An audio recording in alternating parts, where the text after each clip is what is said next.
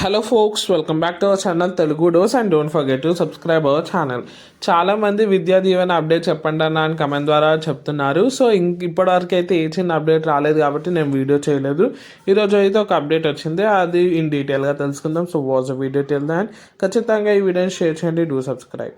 Screen మీద మనం చూస్తే గత ప్రభుత్వం ఎగ్గొట్టిన బిల్లులను సంక్రాంతి కానుకగా విడుదల చేశాం, మంత్రి నిమ్మల. సో ఇక్కడ క్లియర్గా ఇచ్చారు. సో మనకి ఏవైతే గత ప్రభుత్వం చేసిన ఏవైతే మనకు బిల్స్ పెండింగ్లు ఉన్నాయో అవన్నీ చెల్లిస్తామని అయితే తెలుస్తుంది. అందులో విద్యా దీవెన ఉందా లేదా? సో అందులో విద్యా దీవెన కూడా ఉంది.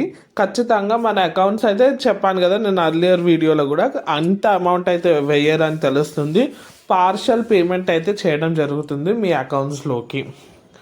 నెక్స్ట్ థింగ్, డైరెక్ట్ మాకు ఇస్తారా కాలేజ్కి ఇస్తారా అంటే ముందు చెప్పిన రూలే పాటిస్తున్నారు, కాలేజ్కే ఇవ్వడం జరుగుతుంది.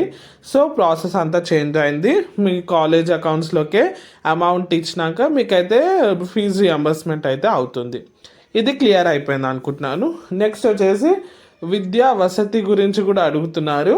విద్యా దీవెన అండ్ విద్యా వసతి కూడా స్టార్ట్ చేస్తారు త్వరలోనే. దానికి కొంచెం టైం పడుతుందని అయితే తెలుస్తుంది. ఫస్ట్ ఇది కంప్లీట్ చేశాక అది చేస్తారు. సో ఫస్ట్ అయితే ఇది పార్షల్ పేమెంట్స్ అయితే అవుతుంది.